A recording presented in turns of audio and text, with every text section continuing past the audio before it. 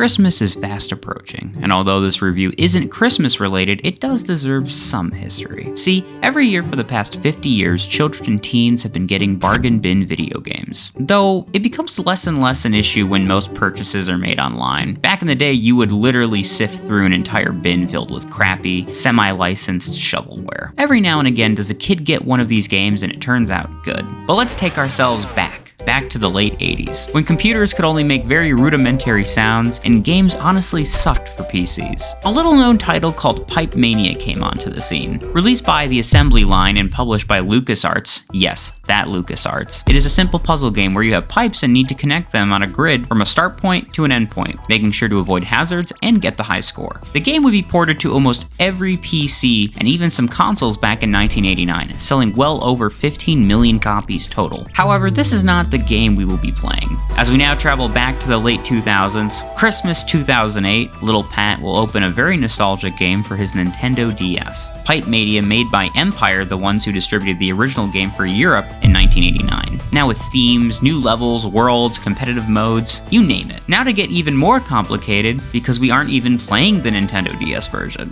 No, we're going to be playing the PC/Steam version. Thankfully, any copies of this game are dirt cheap. I got the Steam copy on sale for 89 cents. The DS copy can go for about $5. Hell, much like the original, this game was ported to almost every single console at the time. So basically, it's dealer's choice for how you want to go about it. Well, if that intro didn't scare you away, good, because now we can actually talk about the game. For some reason, the game does have a story, which is a cute little animation showing the original character Alfonzo, who's now retired, and basically we have to go around his island and help everybody out. The worlds go as followed: normal clean pipes, sewer, trains, toy factory, electricity, internet, and super pipes. Each come with their own set of wacky characters, new challenges, and even boss battles. Worlds is primarily the game mode I'll go over, as in my opinion, it's some of the most fun. It is impressive how much content is in this game. I mean, they really went all out trying to make this a true sequel to the original. It's kind of like if Super Mario Bros. came out in 1985, then in 2005 they just dropped Super Mario Galaxy with no games in between. Everyone that did the art on this game really wanted to make it a success.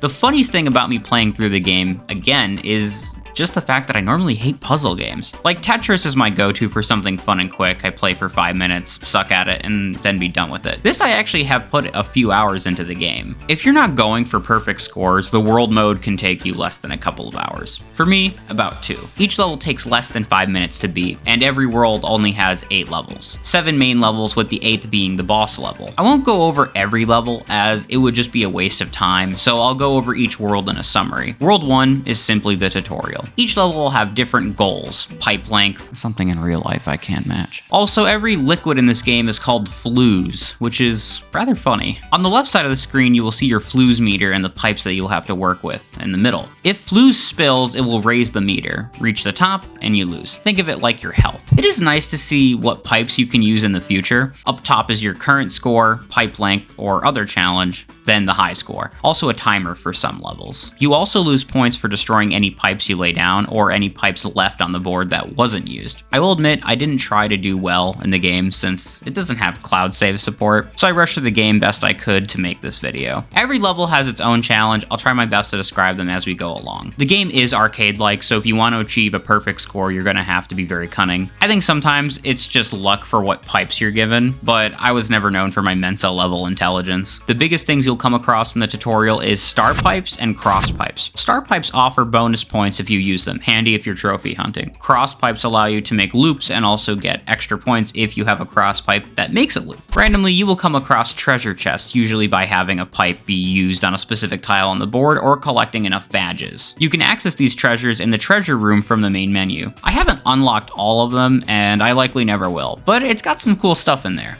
Art used to make the characters, as well as extra modes, which I'll go over later. Pretty neat if you like the game that much. Now, the first boss battle against Alfonzo can be a bit of an ass. Basically, he will just hammer his fist down and break some of your pipes. To fix them, all you have to do is hover over the tile with your mouse and it will fix it. Next world is the sewers. Ran by this alligator lady, we just gotta do more of what we did before. 3 new pipe mechanics will show up. 1 is a pump that will just shoot the flues out very fast. 2 is a reservoir. It will just collect flues and slows down the stream. It can be very helpful if you're feeling rushed. 3 is just specific movement pipes. Arrows on the pipe will show what direction it can be used in. You get bonus points for using them. I will say the sewers feels harder than some of the other worlds, strictly because of how the levels are laid out. It's not a bad thing, just how it is. The boss level is one of the worst in the whole game. The alligator basically sneezes constantly. It's either a move where it will just constantly lay down a pipe, or she sneezes and random pipes all over the screen get messed up. It's a real pain in the ass. World 3 is the trains. Honestly, this is one of my least favorite worlds. There are only 4 mechanics added. 1, an adding station for adding length to the flues. In this case, it's train cars. 2 bridge pieces, which can help sometimes. They feel kind of useless. You can throw a track underneath it, but it feels meh. Number 3, a timer for some levels. It was never an issue on World 3 though. And finally, switcher tracks. They come up more and more later on, so have fun with that. The boss level isn't even too bad. I just didn't think the levels were that much fun that I'd ever want to go back and replay them. World 4 is the toy factory. 2 things are added here, one being colors and separators. They end up making every level with them a pain in the ass. Some future levels will have you deposit different colors into different end areas. Other times it will be you making a maze with colors to then go into one end area. But this is a puzzle game, so you are meant to be challenged over time. The other thing being added are these interesting corner pieces that sort of overlap each other. It can be very helpful. Boss time. The robot dude basically just spins some pieces around, then will just launch fireballs from a mechanical dragon. He's not super difficult in my opinion. I'd say difficulty wise, the factory is the hardest besides the last world, except when comparing boss levels. World 5 is electricity, which at first it seems like it will be the hardest, as this time, unless you have these reservoir bulbs, the electricity is instant, so you have to be quicker. But the levels were designed to be quick and fun. One big thing that's added is teleporters. Each have a number up top. They are fun to use. Most of the levels are just not super hard, but they are ones you do have to think more on. The boss battle isn't bad either. The lady just makes things dark or just zaps the crap out of your pipes. Overall, one of the most creative and easiest worlds in the game. World 6 is the internet. You think with electricity the flues will flow even faster, right? Wrong! Which I think was done as a joke by the devs, because when this game came out, even though broadband internet was a lot more popular, several families, including my own, still had dial-up. In fact, the sounds in the game make old internet and computer sounds. It's pretty cute. The levels are some of the best the game offers. The biggest thing that this world offers is scrolling maps. Instead of the whole board being on one screen, suddenly it expands to way more. And as it scrolls, if your flues is trapped, you will lose instantly. The levels are really fun and just overall a blast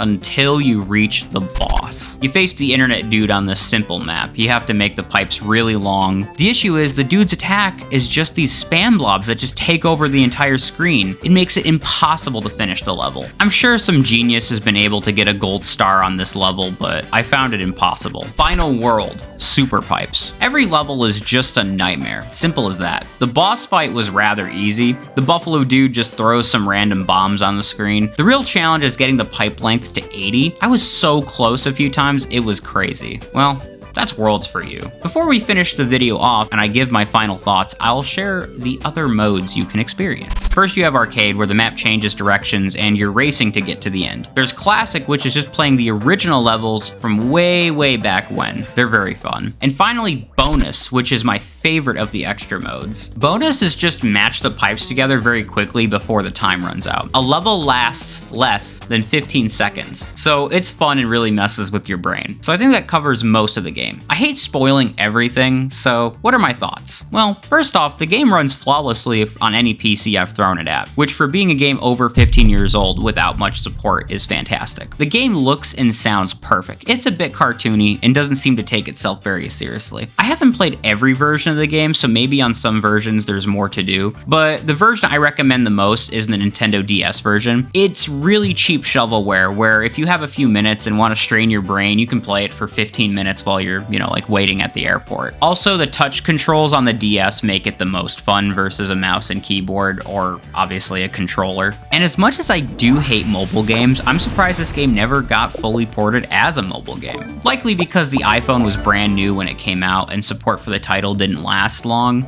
But I guess my brain is just so used to shitty puzzle games and random IPs being brought back into free-to-play apps. I'm just part of the dystopia that is online gaming. Well, Anyways, if you have a few bucks to spare or a copy lying around, you should 100% check out Pipe Mania. Sorry for the shorter video, guys, but I got some bigger videos down the road I'm working on, and I still want to stick with the 1 video a week schedule. Regardless, take care, guys.